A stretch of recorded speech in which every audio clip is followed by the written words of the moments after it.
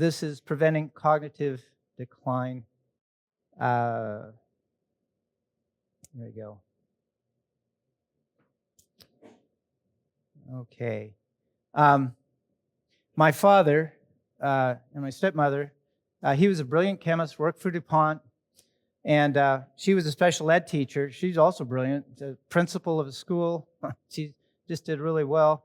And he was, in his younger years, he was open to new ideas. I called him up one point, and I shared with him how a vegan diet can increase strength and endurance. And he didn't say anything about that because he didn't want me to think that I had anything. I'm his son. I don't have anything to share with him in terms of that. But he called back 2 weeks later, and he's all excited. He says, I broke 15 minutes. I said, you broke 15 minutes? I broke 15 minutes. What is that? Well, he had this course he would run every day around the neighborhood, and he'd never broken 15 minutes. But then he went on a vegan diet, and he was excited because he'd broken 15 minutes, which he had never done before. Well, as he got older, they stopped cleaning, they stopped answering mail, they stopped paying their bills. They were developing Alzheimer's dementia. And so I would go and visit, and I'd say, well, Father, can I clean up some here? And he'd say, well, you can clean up some, but there were areas I couldn't clean up because he didn't want me in there. But then he broke his hip. Later, 2 weeks later, his wife broke her hip, and they went to, they got their hips fixed, and they went to rehab. But because they had Alzheimer's or dementia, they were in a assisted living place where all the doors were locked except the main one so that they made sure nobody wandered off. Well, my father with his walker and his wife with a cane there, he looked out the window and he actually recognized where he was. He said he was only 3 miles from home. He thought, if I could just get these doors open, I could walk home. Well, he figures it out. He pulls the fire alarm and all the doors open and he's out the door. I wouldn't have figured that out. An administrator came over and said, no one's ever figured that out before. I said, well, yeah, he was a pretty sharp guy. So, we took care of him in the ancestral home, but they continued to decline, and he didn't know who we were. He'd recognize me occasionally, and I'd have to reorient him. I'd say, this is the ancestral home that they got when they came over from Austria in the 1700s. They built a little log cabin in the back, and then in the 1800s, they built this house on the farm. And so he was there, and I'd reorient him to where he was.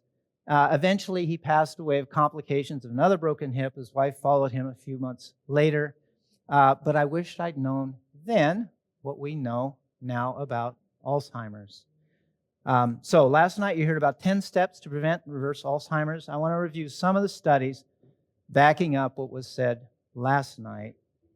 And these were actually covered as subject on a talk by Dr. Bernard, president of the Physicians for Responsible Medicine. He described several studies and articles relating diet to Alzheimer's. So I said, I'm going to check these out, see what's there. And this is what I found. There are food components that do put you at risk for Alzheimer's. How did they determine that? What would these foods be? Well, what about saturated fats? Those are mainly from the animal products, and they've been implicated in heart disease, diabetes, and chronic diseases. Do they have a role in Alzheimer's? Well, this is what the researchers asked in the Chicago Health and Aging Project. In this study, they took 815 residents in Chicago, aged about 65 years or more, who were unaffected by Alzheimer's disease at baseline. Then they had them 2 years later fill out a food questionnaire. What are they eating? And then at 4 years after the baseline, they retested them, and they found that 131 out of the 815, that is about 16%, had Alzheimer's. And so they said, well, what were the foods in the group that got Alzheimer's compared with the group that didn't? Was there a statistically significant difference in the types of foods they ate? what foods put them at risk.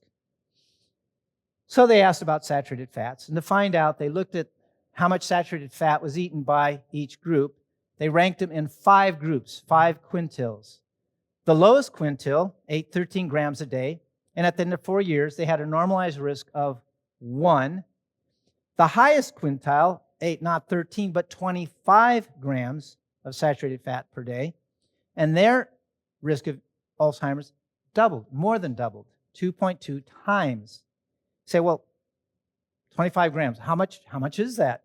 Well, it's about a little under 2 tablespoons of saturated fat. That's all it took to put them at risk.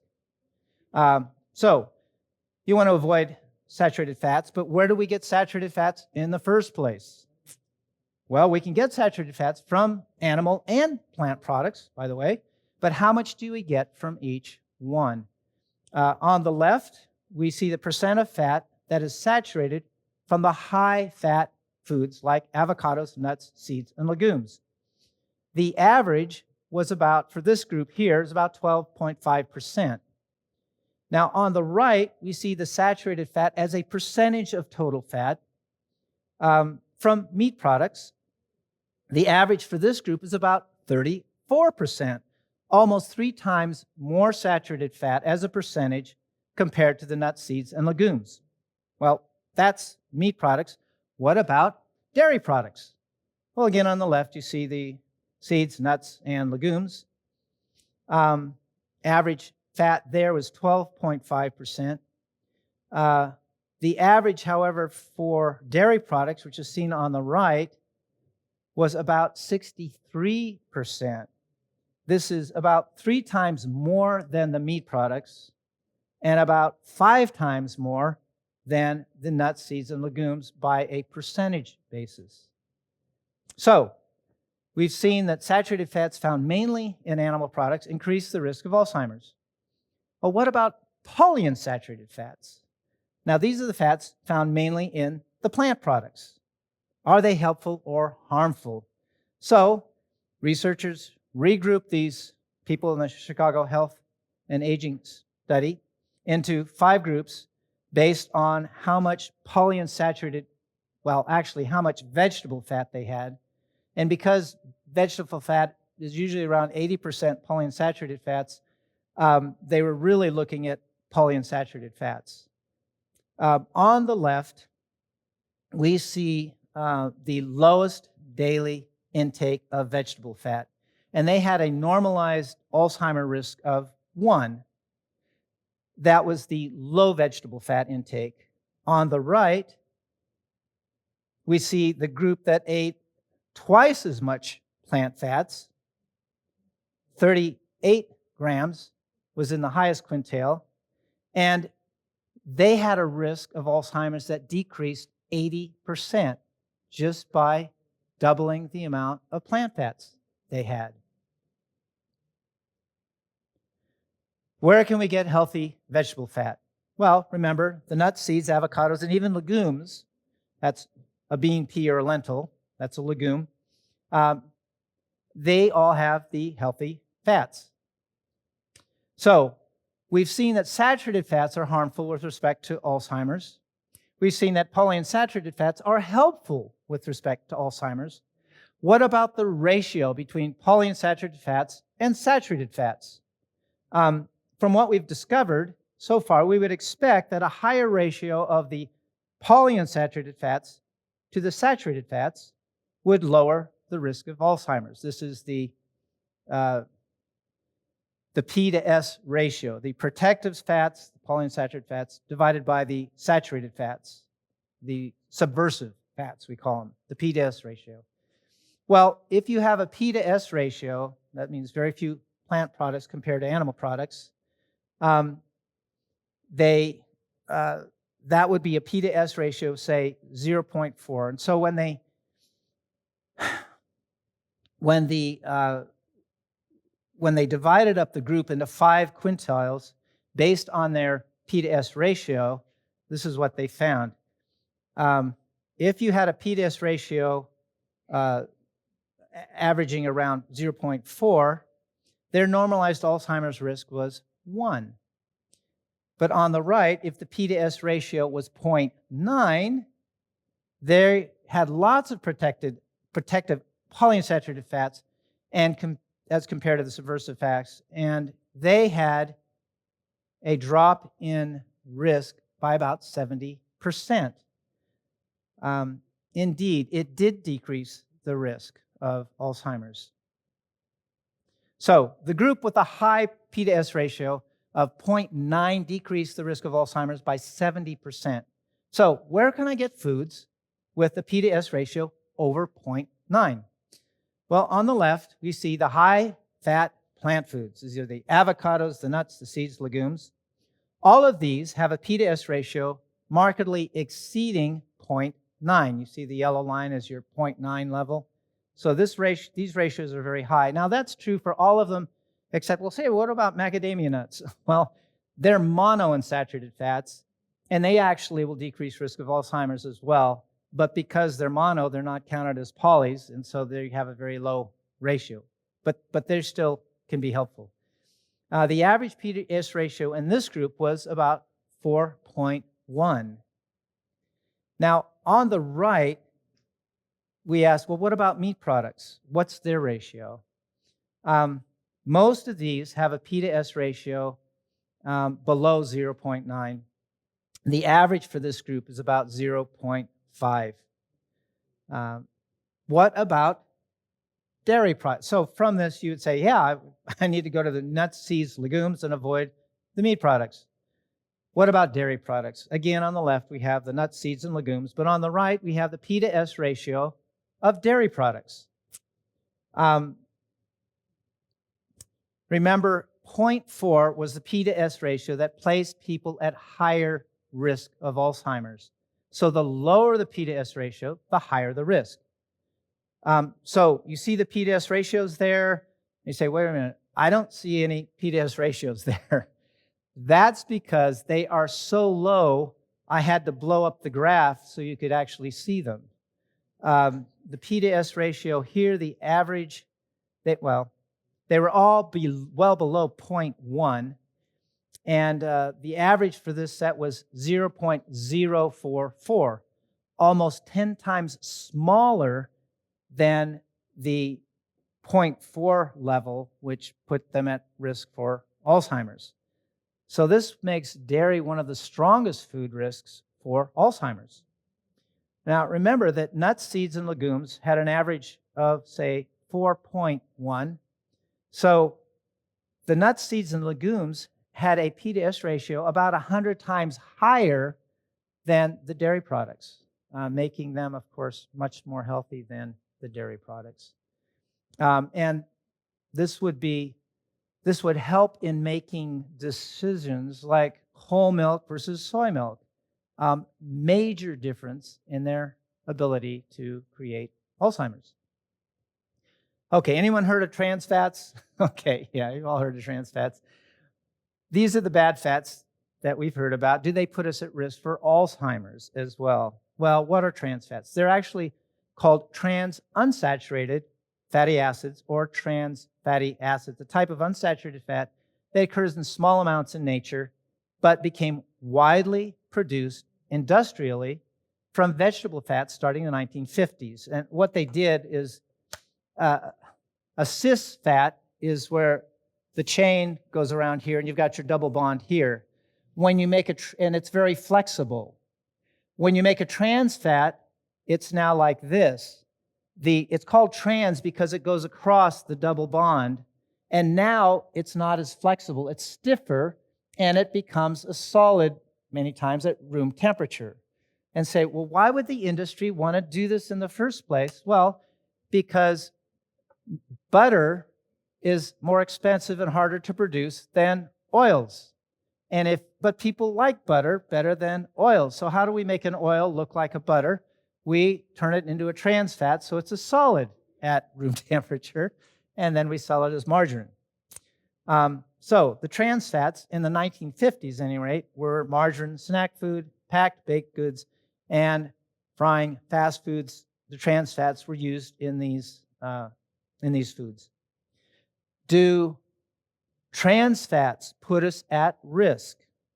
Well, to answer, the researchers again regrouped their subjects in the Chicago study into 5 groups, this time based on how much trans fats they ate. Here we see the lowest trans fat quintile, those that ate the least amount of trans fats. It was 1.8 grams per day. It yields the lowest Alzheimer's risk, a normalized risk set at 1. The next higher quintile, the average trans fat increased to 2.3 grams per day, and that increased the risk by 2.4 times. Say, well, okay, how much is 2.3 grams of trans fat? Well, it's about half a teaspoon, okay? Is that a lot? Not much at all. Doesn't take much to put us at risk. So trans fats definitely put us at risk for Alzheimer's. I mean, you could get that amount just a bunch of French fries. I mean, it's pretty easy to do. So what have we learned so far? Polyunsaturated fats protect us from Alzheimer's. Saturated fats increase our risk of Alzheimer's. Trans fats dramatically increase our risk for Alzheimer's. But now the question is, can the polyunsaturated fats actually protect us from the trans fats? Well, let's take a look. This was a very interesting study. On the left, we see graphed lines showing different intakes of trans fats. The bottom curve is the risk curve of those taking 1.8 grams of trans fat per day. That was a very low amount. The very top one is those taking lots of trans fats per day. And as you see, as the trans fat level, the daily intake goes up, the risk of Alzheimer's increases. The risk of Alzheimer's is in the vertical legend on the left. The bottom axis now is, there's the risk of Alzheimer's on the left there. The bottom is how many polyunsaturated fats they're taking in per day. And if you see on the left, where trans fats increase the risk of Alzheimer's dramatically, they're taking very little polyunsaturated fats. But what if they ate the same amount of trans fats, but then also ate lots of polyunsaturated fats? And that's what we see on the right. There, they're eating almost 15 grams of polyunsaturated fats per day. And then if you look at the different levels of trans fats they take in when they're eating lots of polyunsaturated fats, the risk of Alzheimer's increases very little compared to when they're not eating the polyunsaturated fats. And my wife says, don't tell them that. They'll think it's okay to eat trans fats. And I said, well, yeah, okay, I get that. But what I want to emphasize is not that it's okay, for the record, no, it's not okay to eat trans fats, okay? But for the record, I just wanted to emphasize the beneficial effect of the polyunsaturated fats, and those are found in the plants. Okay, so saturated fats put us at risk for Alzheimer's, but does that put us at risk for mild cognitive impairment or pre-Alzheimer's, pre-dementia? Well, that's mild cognitive impairment. That's where you might test 19 to 26 on the Montreal Cognitive Assessment Test. It's where you can still function at work. You can do everything you need to do, but you may have trouble finding words or have memory lapses. So do saturated fats put us at risk for Alzheimer's? So to answer this, we moved to another group of researchers in Finland. They studied 1,341 subjects to determine if certain fats contribute to mild cognitive impairment. And what they did is they took patients at age 50, and then the subjects completed a food frequency questionnaire regarding the consumption of milk, sour milk, spreads, which are the foods highest in saturated fats. You remember, the dairy was the highest in saturated fats. So then 21 years later, they tested them for mild cognitive impairment. And what did they find? Well, on the left axis, we see the risk of cognitive impairment. And they found that those with a low saturated fat intake, less than 21 grams per day from the milk products and the spreads, had a low risk of mild cognitive impairment. They found those with a high saturated fat intake of 21.6 grams per day or more had more than twice the risk of mild cognitive impairment. So, well, where do I get 21.6 grams of saturated fat? In dairy products, it would take about 4.7 cups of whole milk will give you that amount of saturated fats. Now, that's if you get it just from whole milk. There are other sources, of course, of saturated fats, but that's the problem. So simple things to do is, in the old days, it used to be hard getting off of dairy, but now there are so many plant substitutes, soy milk, almond milk, rice milk, that it makes it a lot easier to shift away from the dairy. Well, what about, you heard about the ApoE4 genes last night. Okay, so these are older studies. I think they have newer ones now, and it's probably getting worse now. But in the old days, your lifetime risk of getting Alzheimer's was 9%. 9% of the population that had none of the ApoE4 risk genes, only 9% of those would get Alzheimer's. If you had one of those genes, one of those ApoE4 genes, your risk rose to about 30% lifetime. If you had two, it rose to 50%. And you think, well, why is that? Actually, the ApoE4 gene is one that increases your ability to produce inflammation, to respond to infections or other assaults. And so in one sense, two ApoE4 genes you would think could be helpful to protect maybe against diseases or other problems. But if you get too much inflammation over a long period of time, as in Alzheimer's, it will actually be detrimental. And so no ApoE4 genes, 9% risk. One gene, 30% risk. Two genes, 50% risk, lifetime risk. So if those with, now in this test, they looked at those that had two ApoE4 genes. And that population, they had a relative risk of getting mild cognitive impairment of 5. But if the people with two genes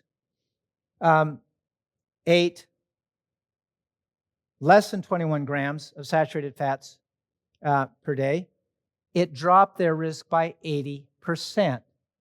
What that means is if I have the two genes and I have a lifetime risk of 50, if I don't do the saturated fats, have a low level, it drops the risk to about 10%, which is what the normal population has on the American diet. So the key is that the genetic composition that you have is not a death sentence. That if you make certain changes in your lifestyle, even if you have two ApoE4 genes, you can, just by this simple method, you can drop your risk down to what the average American would have. And if you add to that other factors discussed last night, you can drop it even further. Okay, interestingly, saturated fats increase our cholesterol, and they can be related to hypertension. That's a whole different, how oxidized fats can increase your risk of hypertension is a whole different topic, but it will. But saturated fats can increase cholesterol, be associated with hypertension. Cholesterol, however, is significantly increased by saturated fats. And why is cholesterol associated with saturated fats. What happens is when you take a saturated fat, it's generally a solid at room temperature. If it goes into your intestines sense that and say, hey, we got some greasy stuff here. We need to dissolve it. I need a solvent. So it signals the liver. Liver says, yeah, I got a solvent for you. It's called cholesterol and bile salts. So it revs up its cholesterol-making apparatus, and it starts making more cholesterol. And that is then dumped into the intestines and dissolves the fat, and then you absorb the fat and the cholesterol. So once you turn, with a high-fatty meal, once you turn on the cholesterol-making mechanism, how long does it take to shut it off? 2 weeks, it's generally saying. So one high-fatty meal can get it produced continually. Now, by the way, well, we may get that later. By the way, it turns out that it's oxidized cholesterol that really appears to be the problem. But in this test, they just were looking at cholesterol in general. So since saturated fats can cause Alzheimer's and can cause hypertension and cholesterol, we would expect a correlation between cholesterol and hypertension as well. Is that what we find? Well, researchers in this study followed blood pressures of 1,288 persons for about 8 years before death. Autopsies were done searching for previous strokes and markers for Alzheimer's disease, namely the tangles and the plaques, and they reported that they found evidence for a relation between high blood pressure and Alzheimer's disease. In other words, those with higher systolic blood pressures had a higher risk of the plaques at autopsy. But does hypertension affect brain function? Total of 123 outpatients with probable Alzheimer's dementia were followed for 3 years, and analysis showed that hypertension, as well as age and education, were significant variables associated with the mini mental state exam results. In other words, hypertension, they concluded, may also aggravate the progression of a decline in mental function and is important to prevent and treat Alzheimer's dementia. So it's important to treat them. That is, hypertension was associated with a faster decline in mental function. Another study confirmed this. They looked at 34 African-American patients with probable Alzheimer's, and they found that hypertension was associated with poor overall performance on the Mattis Dementia Rating Scale. The findings suggest that African-American patients with hypertension exhibit greater cognitive impairment. So hypertension appears to affect brain function, or at least be associated with it. So he said, okay, well, let's just treat it. Does treating hypertension with medications make a difference? Well, this study showed that the rate of cognitive decline measured over a 6-month period accelerated when you had hypertension. But they found that treatment with antihypertensive medications did not appear to provide protection of the cognitive decline. In other words, treating hypertension with pills didn't help prevent Alzheimer's. And if that didn't work, then what you're left with is a lifestyle approach, which does also drop hypertension. Usually it takes about 14 days or so, 10 to 14 days before you see drops on a total vegan oil-free diet. But it is another approach, and that's what you would want if hypertension is present. Cholesterol, does that increase your risk of Alzheimer's? Well, they did do autopsies, and they were performed an amyloid plaque was determined and correlated with cholesterol levels prior to death. So they got the cholesterol levels that happened to be drawn before they happened to die. And they found that cholesterolemia correlates with the presence of amyloid deposition in the youngest patients, age 40 to 55. In this group, increases in cholesterol from 181 to 200 almost tripled the odds of developing amyloid. The average cholesterol level in America is about 200, which would imply increased risk. And so the general thought is, okay, we need to get cholesterol levels down. The problem is cholesterol is needed to form sheaths in our body. It's needed to form vitamin D. We need cholesterol. So why do high levels of cholesterol cause the problem? It turns out it looks like it's oxidized cholesterol. That's the real problem, not cholesterol. And so this was demonstrated, I forget the researcher's name, but anyway, he was the one that did the test with rabbits, and he showed that over years, you give high cholesterol to rabbits, they get atherosclerosis. So he published a paper. Years later, his graduate students came to him and said, we want to do your study with the rabbits all over again. He said, okay, well, how can I help you? He said, well, you've got the cholesterol. He said, oh, yeah, it's in that bottle over there. So they got the bottle, and they were giving it to the rabbits, and the rabbits got high cholesterol and heart attacks within weeks. He said, well, yeah, I know cholesterol causes problems, atherosclerosis, but not in weeks. So he said he wanted to check the cholesterol he'd given him, and sure enough, it was pure cholesterol. And he said, well, let's check it for oxidation. And he checked for oxidation, and sure enough, it was oxidized cholesterol, and that appears to be the problem. So if you get a cholesterol level check, it'll give you the types of cholesterol, the HDL, the LDL, and all. It's the LDL that, well, the Framingham study initially correlated cholesterol with heart attacks. Years later, it said, well, it's not the total cholesterol really. It looks like it's the LDL portion of the cholesterol that's the problem.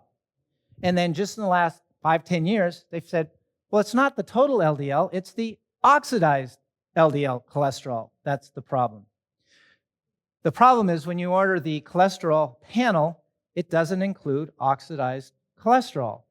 You have to order that separately, and I don't suspect insurance pays for it, but at any rate, it would be helpful. It's not real expensive. I don't know, $30, $40, something like that. Anyway, if you're interested to know, I've had people with low cholesterols and high oxidized cholesterols. They've got a problem. I've also had people with high cholesterols with low oxidized LDL, and that means they don't really have the problem that we would think if we were just looking at cholesterol.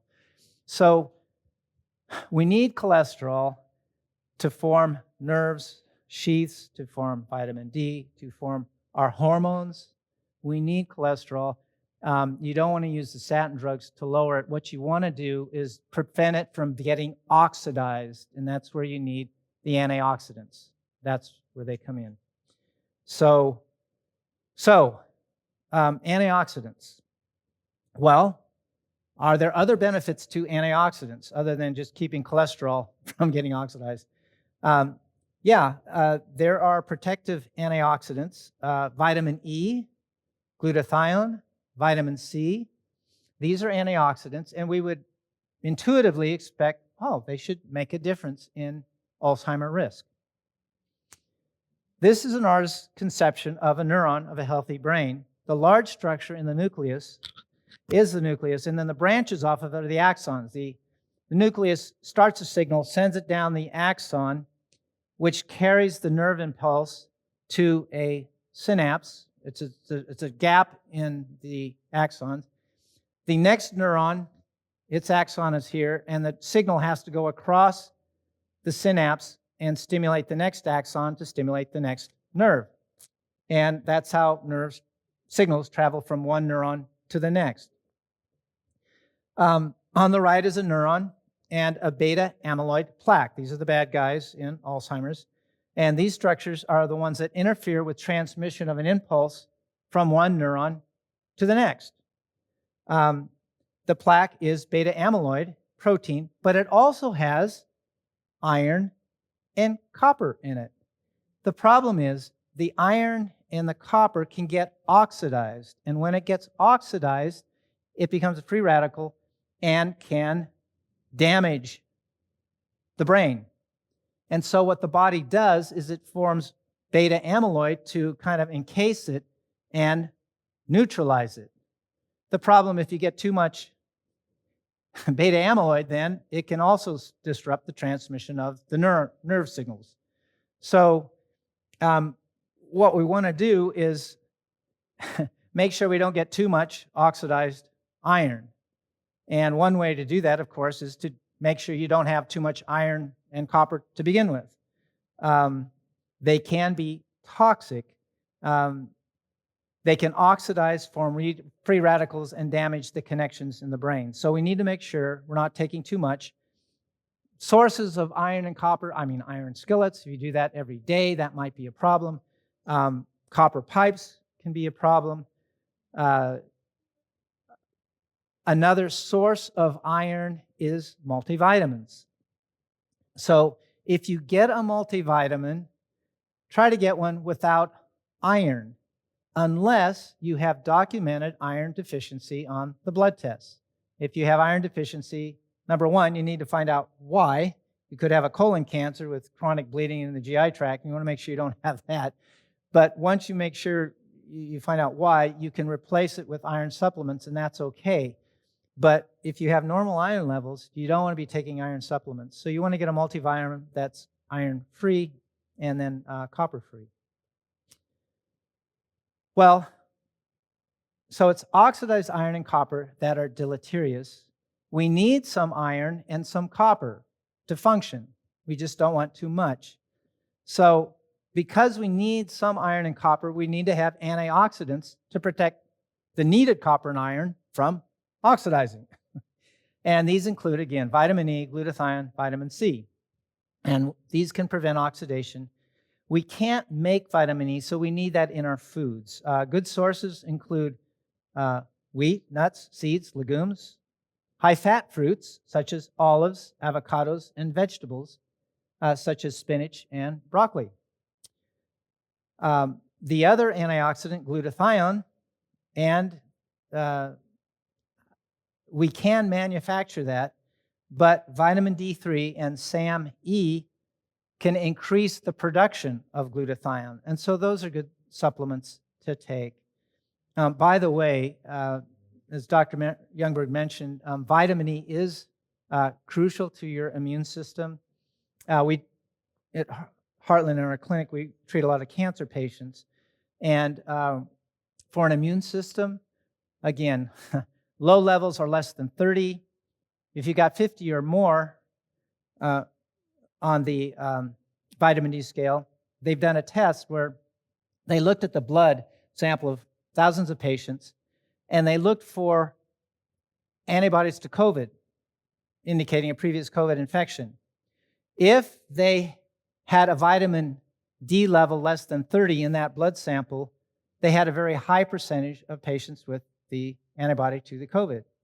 If it was over 50, very low rate of the antibodies to the COVID, indicating that vitamin D was actually helping prevent them from getting the COVID. For cancer, the target isn't 30, it isn't 50, it's about 90 to 100 to help reduce the risk of cancers. So, what he said was also true is that when I was in medical school, we were just drilled into us the dangers of vitamin D toxicity. And I have never seen that. On the other hand, chronically, every patient we have is less than 50 if they're in this latitude. And of course, blacks have a higher incidence of it because their skin blocks out the sun rays that can turn cholesterol into vitamin D. So, and so generally, the only people I know that had healthy vitamin D levels were those that were taking a vitamin D supplement. So I do recommend those. So the theory is that antioxidants like vitamin D should prevent the formation of free radicals, which can cause Alzheimer's. Now that's the theory, but has vitamin E actually been shown to decrease the risk of Alzheimer's? And to answer, we go back to the Chicago Health and Aging Project discussed earlier. And they had, again, individuals fill out a dietary questionnaire, and they were then placed into 5 quintiles, 5 groups, based on the amount of vitamin E they were taking. And then they were tested for Alzheimer's 4 years later. And this is what they found. Those taking an average of 11.4 international units of vitamin D from food sources had about a 70% less risk of Alzheimer's. Oops, excuse me. I don't want to go there yet. 70% drop in Alzheimer risk compared to those. It's not doing it for me. Let's see here. Try this again. Any rate, if you had 7.5 milligrams of vitamin E, that dropped your risk about 70%. However, you say, well, okay, I don't have to bother worrying about, what foods have vitamin E. I'm just going to get a vitamin E supplement. Problem is the supplements did not decrease the risk of Alzheimer's. Only the vitamin E in the foods decreased the risk of Alzheimer's. And the question is, well, then why don't the supplements help? If the food vitamin E helped, why didn't the supplement help? Well, the reason is, at least we believe the reason is because vitamin E has 8 different forms. It has 4 different tocopherols, that's alpha, beta, delta, gamma, and tocotrienols, alpha, beta, delta, gamma.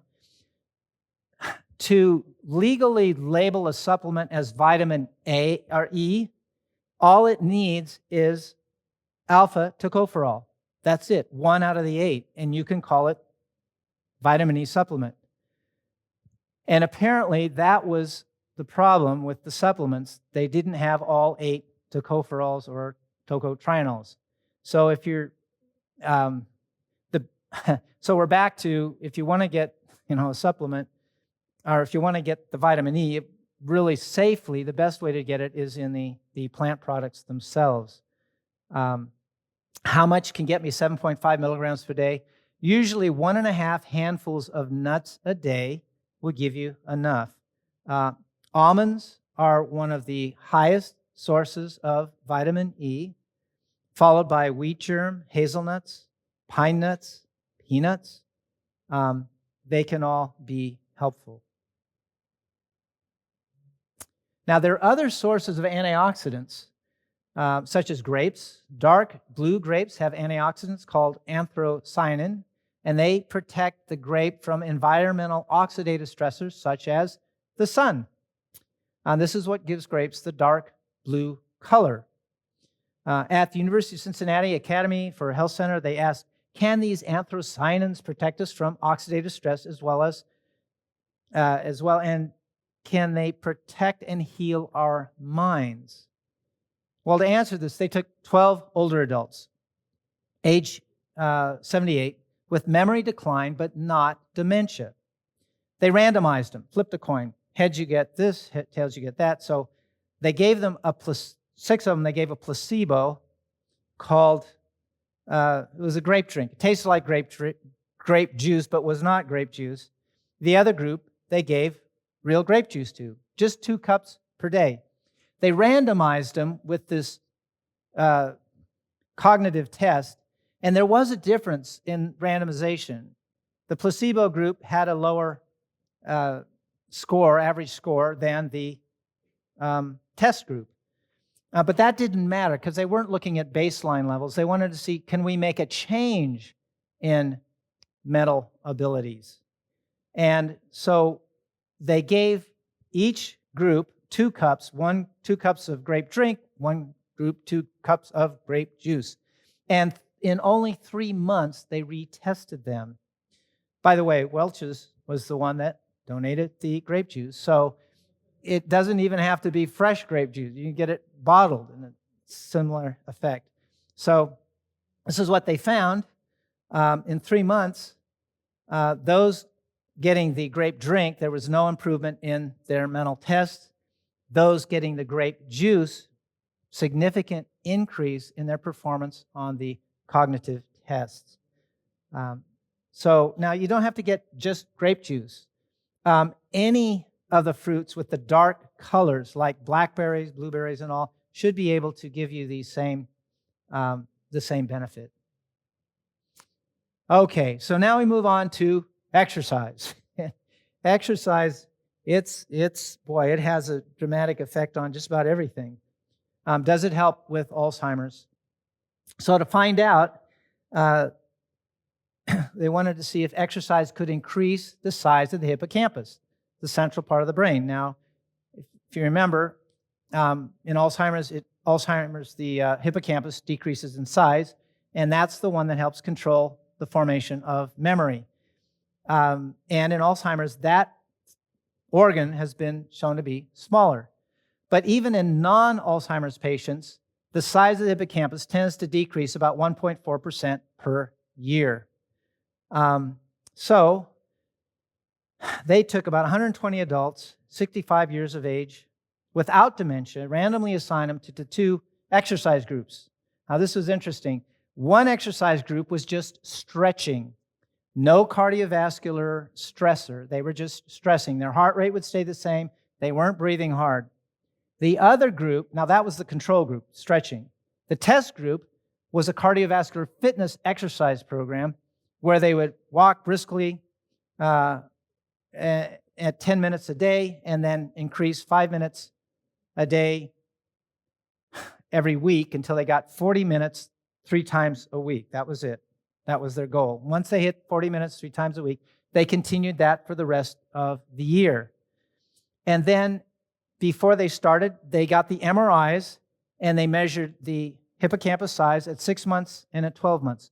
By the way, if you get an MRI, the test you ask for when they do the MRI is called volumetrics. And the volumetrics will tell you the size of the pancreas. I mean, the size of the hippocampus, sorry. So that was the exercise they did. Was this exercise enough to stop the shrinkage? Well, the bright orange bar here, there's the left hippocampus, the right hippocampus. This was in the stretching group, ones that did not increase their cardiovascular fitness. And we see that it decreased 1.4% as predicted. The stretching did not help. Then they looked at the cardiovascular fitness group that were, pushing their heart rate up, breathing hard. And those red bars are in the positive direction. They didn't decrease in size, they increased in size 2.1%. They about reversed the time clock about 2 years in terms of their hippocampus size. And so they wondered, okay, is that size increase related to cardiovascular fitness? In other words, was it related to an increase in their ability to exert themselves? So they did some plots, and here we see the left and the right hippocampus brain size, and the left axis is the change in fitness. In other words, on the left, the higher you go, that means the more they improve their cardiovascular fitness. They measured it by something called the VO2 max. VO2 max. We've had trouble. What is the VO2 max? We've had trouble defining health. You can have a couch potato and an athlete, and neither of them have disease. And so you say, well, neither of them have disease. We used to say health was absence of disease, but neither of these two have disease. So but obviously the athlete's in better health than the couch potato. So how do you measure that?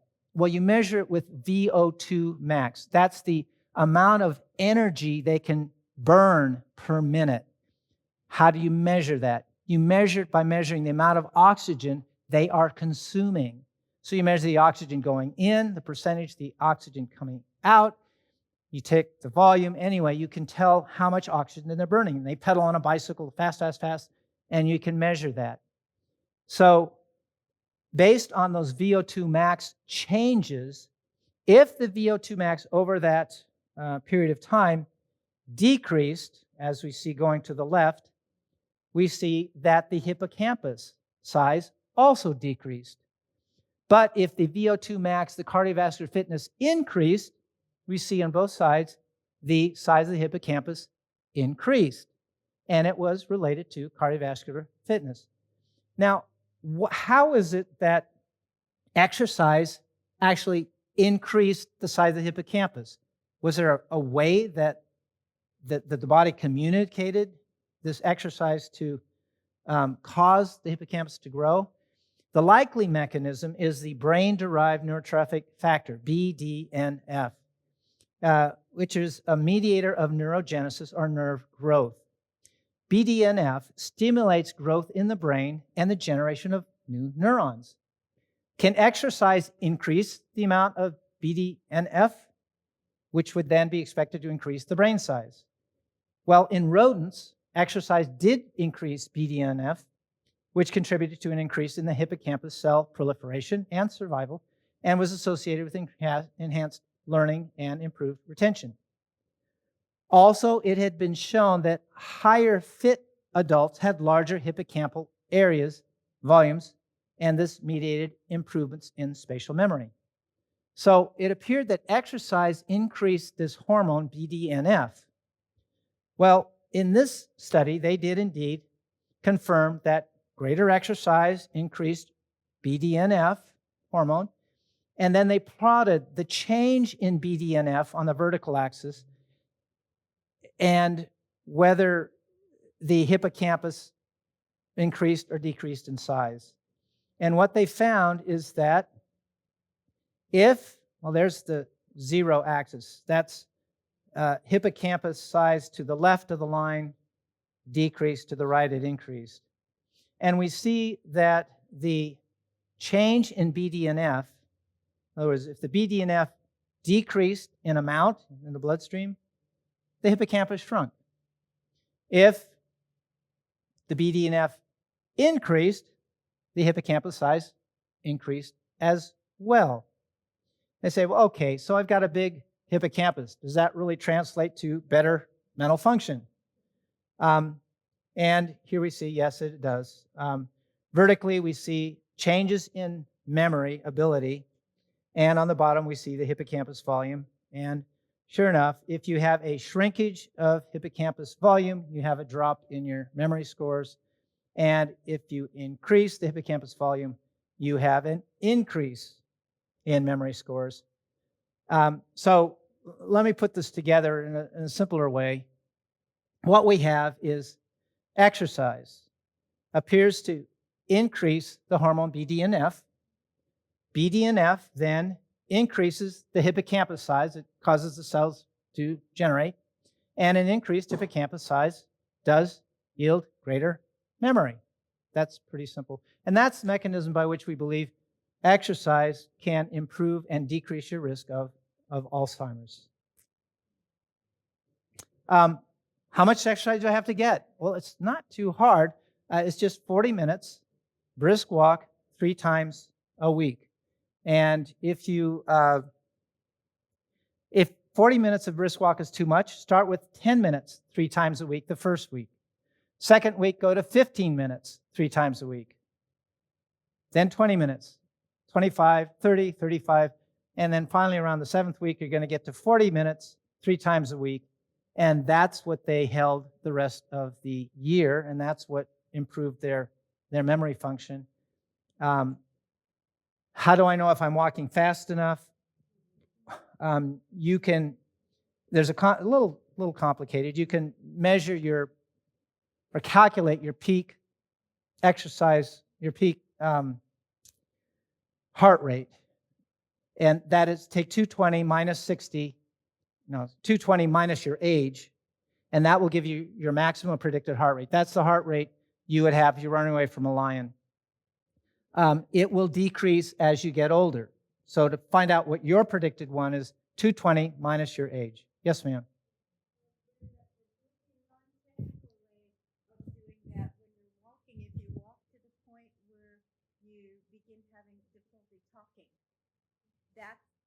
Precisely. That was our next point. I'm glad you brought that up. Good job. Yes. What I'm sharing with you is complicated, okay? You take your maximum predicted heart rate and you do 80% and 60%, you go back and forth. But I tried it with a watch, and just what you said, it's very complicated. It's exasperating. But if you walk fast enough to be a little bit short of breath, where you can't talk like I'm talking, that's what you want. Okay, thank you for bringing that up. Yes, good point. So that's what you want. Yes, ma'am.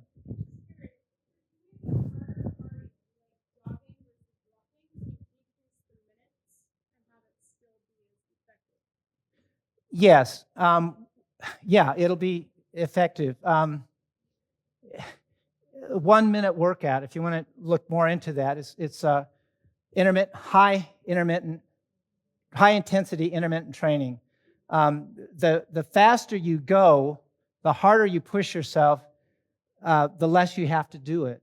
And they found that even 30 minutes of all-out exercise, then a 2-minute rest, 30 seconds, 2-minute rest, 30 seconds on a bicycle ergometer actually increased cardiovascular fitness in like 2 weeks, pretty much doubled it, compared to just even jogging 40 minutes continuously.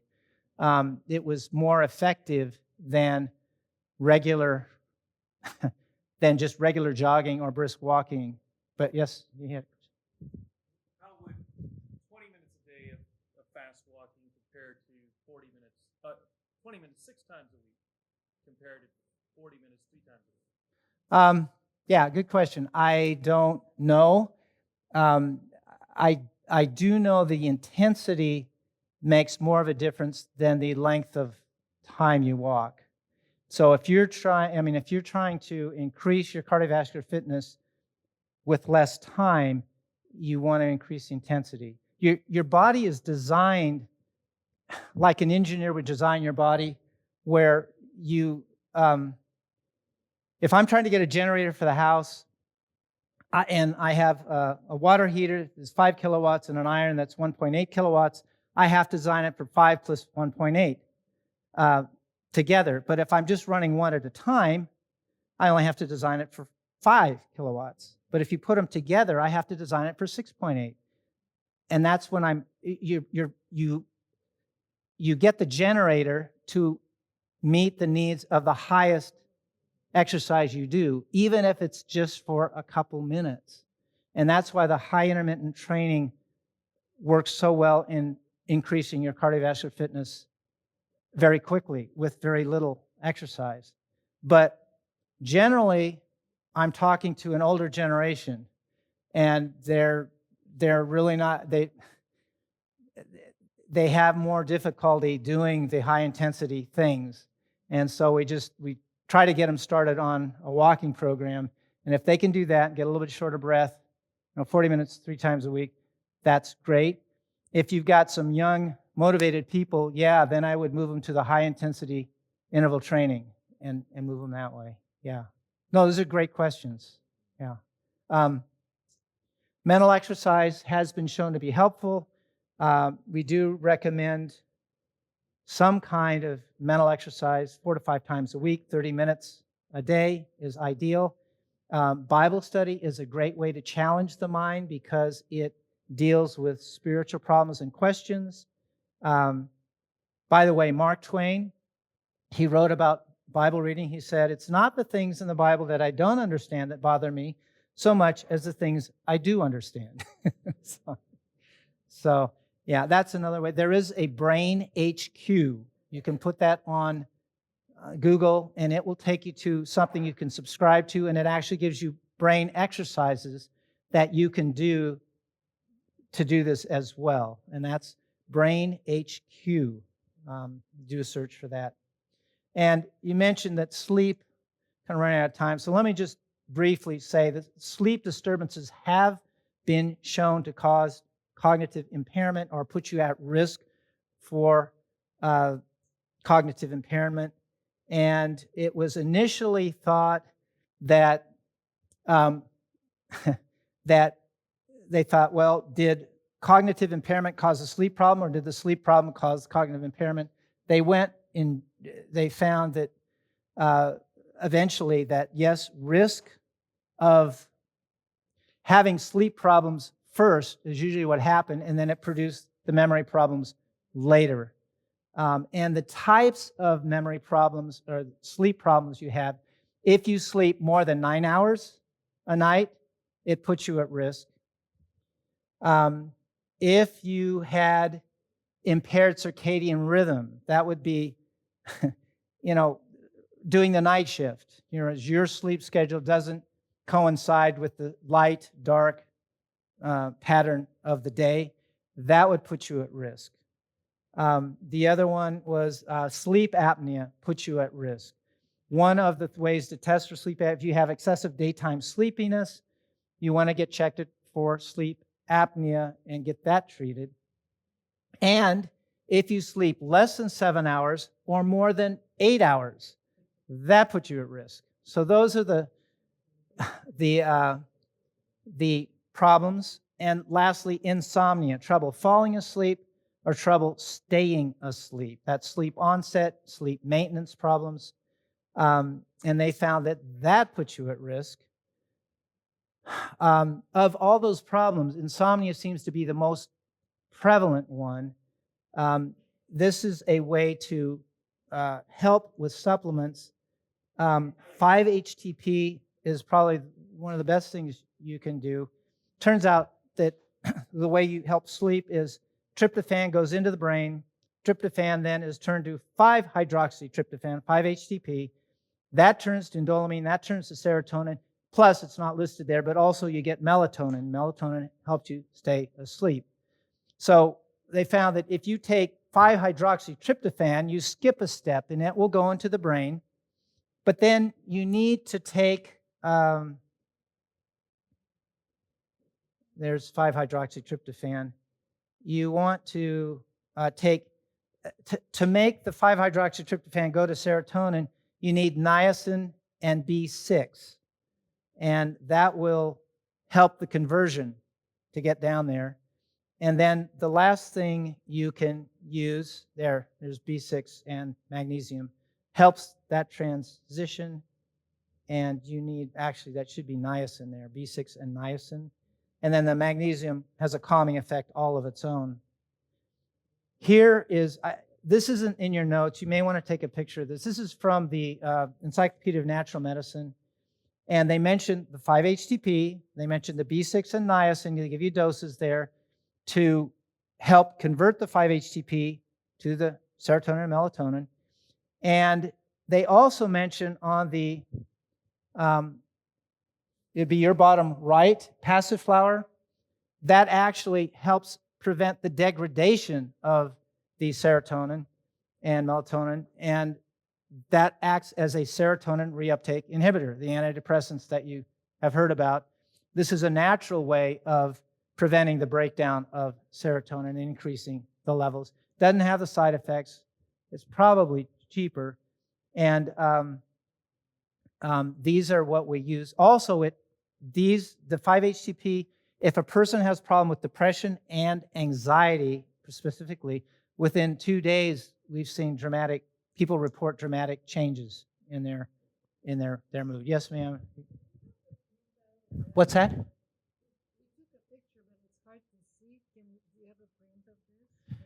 You'd have to ask Cindy.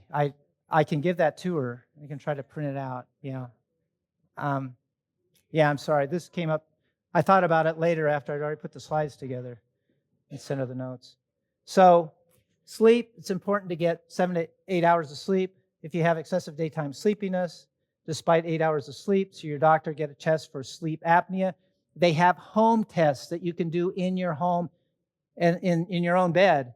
And so it's cheaper, it's simpler now to screen for sleep apnea with that test. If you have trouble falling asleep, you can use valerian root.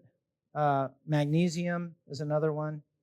If you have trouble staying asleep, you use 5-HTP and passiflora. By the way, passiflora in larger doses was actually used by the Germans in World War II as a truth serum to get people to talk. It's kind of disinhibit them. And so, but anyway, it has that effect. So overall, the things we looked at just today, these are the simple things you can do. If you want to be more aggressive, you got to add a few more steps that Dr. Youngberg talked about last night. But simple things are, again, avoiding the saturated fat, the dairy and the meat. Avoid the trans fat, processed foods, fried foods, and fast foods. Eat the polyunsaturated fats, the plant fats. Avoid the copper and the iron in vitamins and supplements. Get the antioxidants like vitamin E in the nuts and the seeds. Get anthocyanins from the colored fruits like grapes, blueberries. Get exercise, work up to 40 minutes, brisk walk 3 times a week, or do high intermittent training for shorter amounts of time. And get mental exercises, 30 minutes, 4 to 5 times a week, and then sleep 7 to 8 hours a night. And that's the simple plan to get started on. Yes, ma'am. I have a Fitbit and I sleep fairly well the right amount of hours, but my deep sleep says it's always short on that. Yeah, you would want the 5-HTP. The Benadryl and benzodiazepines actually might help you fall asleep, but they disrupt your deep sleep pattern. But the 5-HTP should not do that. It will actually help. Yeah, it's a good point. Yes, ma'am. What? Coconut. That wasn't on the list at all, so where does that fit in? That's a good question. Coconuts are supposed to be helpful for Alzheimer's. We did try that with my parents. When we gave them coconut oil, we put it in the fridge, and it was actually solid in the freezer. And we'd give them a teaspoon every day, and it seemed to be beneficial. I don't have any studies on that. And how do I know it was beneficial? Because with Alzheimer's, they were kind of unaware of things. They weren't complaining. But when they got the coconut oil, they started complaining about things. But, they're becoming more aware of what's going on. So it's a risk. Yeah. Are we? Anyone else have any questions? Oh, hang Yeah, on. I'm sure. going to give the microphone so that it can be on the recording. I recently heard that intermittent fasting can increase BDNF. Can What you is it? comment on that? Intermittent fasting? Oh, that's a good question. I do not know.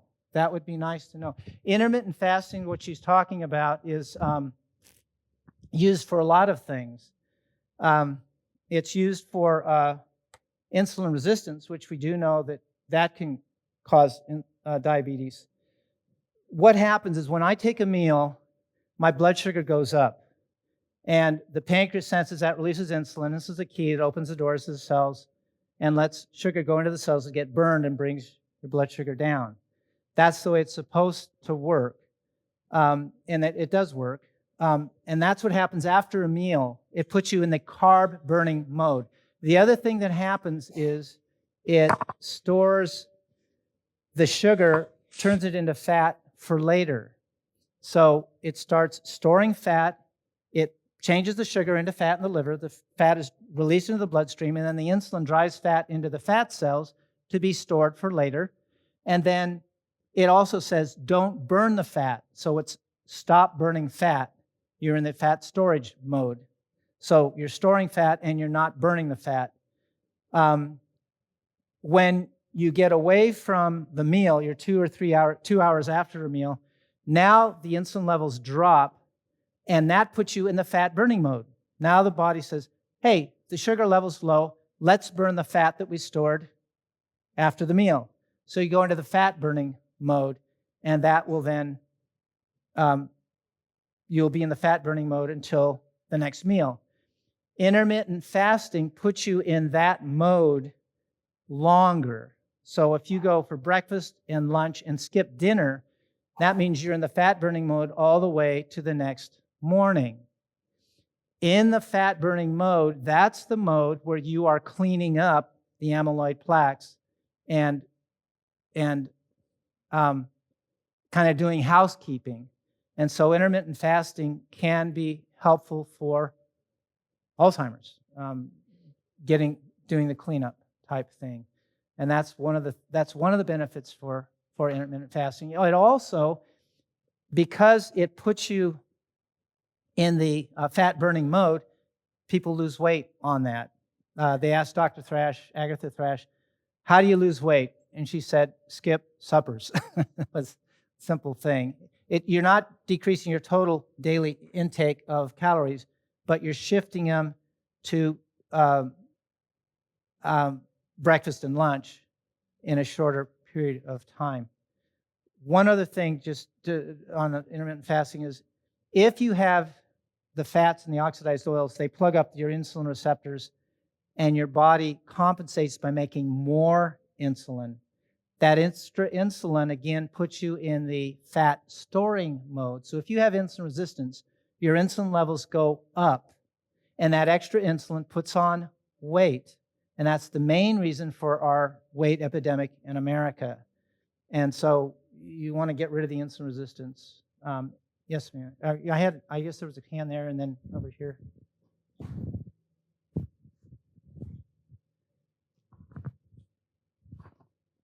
You had mentioned 5-HTP, Yeah. and I've not seen this particular result in the literature, but there have been some who were super heightened to emotions, like almost manic to emotions. What's going on there? What's the contraindication? How should that? 5-HTP. Yeah. And you sure that wasn't the tyrosine? It was the 5. It wasn't tryptophan. It was the No. 5-HTP. It was 5-HTP. I haven't heard that, but I would suspect they would need a smaller dose then if that's the issue. I've not heard of that. I do Okay. know there is a serotonin syndrome where the serotonin levels are too high, and that may be what they're referring to. You do not want to take 5-HTP if you're on a serotonin reuptake inhibitor, because those both increase serotonin levels too high. Yeah. So it was just a you would want sudden to avoid change. that. It was a sudden change. It seemed like it was working well, and then all of a sudden not. And it's like, well, what What What- changed? what it? was that trigger? And isn't it best maybe to take that one in the evening? Take it what? In If- the evening? The thought is that 5-HTP helps your storage of serotonin and melatonin so that it can be used when you need it, not all the time. And generally, if you're trying for sleep, yeah, you can take it at night. People that are wanting it for anxiety can take it during the day as well. And during the day, I've not seen it cause excessive sleepiness. And so, I mean, you can take it at night. We've had them in terms of sleep. It's used mainly for anxiety, but it does help with sleep. When you take it, I'd recommend at night until I find out differently that you can take it in the day for sleep as well. So good questions. I'm not sure what. All right, one more question. I'm just wondering if a person has low BMI or normal BMI, do they have risk of insulin resistance? Okay. No, that's a good question. It's actually the other way around. The BMI, high BMI, really doesn't cause insulin resistance. It's the insulin resistance that causes the high BMI. And we know that because we have people that are overweight have a high BMI, and when they change their diet, the blood sugars drop within 3 or 4 days before the weight starts even coming off. And so the common thought is that, it's the body fat that's causing the problem, and it's really the other way around. So, yeah, those are good questions. I think, sure, yeah. So I was going to make a quick comment. I think that one of the contributors to good brain health, that? especially good brain health, is going to be from the exercise. It's going to be the oxygen increase from the exercise that gets into the brain, and also the increased blood flow. We know life is in the blood. So if you have increased blood flow to the brain, it's going to help naturally all areas of the brain. But I'm curious if you have any research or any thoughts on inversion tables, because it's helped people with hair growth. Yeah, Not just their spine. I don't know about inversion tables. We know that, if you're hanging by your ankles, it can put your back in traction, and it can help with herniated discs. But pushing the blood into the brain that way, that would be a good thing to research. I do know that, yes, Ellen White said good circulation depends on, good health depends on perfect circulation. Insulin dilates arteries. Insulin resistance, the arteries are narrowed. Insulin stimulates nitric oxide release in the endothelial cells. That nitric oxide, which you heard in the other lectures, can dilate arteries, and that can increase blood flow. The main reason for hypertension is with insulin resistance. Why it's part of the insulin resistance syndrome is insulin resistance prevents the insulin from dilating the arteries. You get narrowed arteries. The kidneys respond by saying, the blood pressure we have, 120 over 80, isn't enough to give us good perfusion because these arteries are narrowed. What am I going to do? He cranks up the blood pressure thermostat. You get higher blood pressure, 140 over 90. You get better perfusion. It does that by hanging on to salt and water. If you have a high salt meal, the kidney say, hooray, that's what we're looking for, and it'll hang on to more salt and water. It'll go up higher. But salt isn't the problem. The problem is the narrowed arterioles. You get rid of those narrowed arterioles by you go on a plant-based oil-free diet, and usually it takes about 2 weeks. Arteries dilate, and then the kidney says, I don't need a blood pressure 160 over 100, turns down the blood pressure thermostat and gets rid of the salt and water.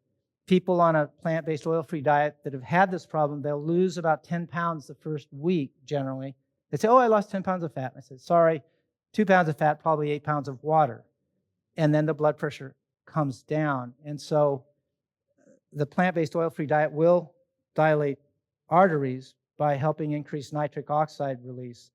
That would be my response to trying to increase circulation.